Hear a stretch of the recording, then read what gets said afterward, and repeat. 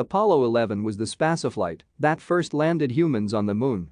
Commander Neil Armstrong and lunar module pilot Buzz Aldrin formed the American crew that landed the Apollo Lunar Module Eagle on July 20, 1969, at 2017 UTC. Armstrong became the first person to step onto the lunar surface 6 hours and 39 minutes later on July 21 at 2:56 UTC. Aldrin joined him 19 minutes later. They spent about 2¼ hours together outside the spacecraft, and they collected 47.5 pounds of lunar material to bring back to Earth.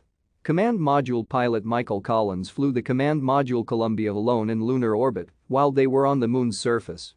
Armstrong and Aldrin spent 21 hours, 36 minutes on the lunar surface at a site they named Tranquility Base before lifting off to rejoin Columbia in lunar orbit.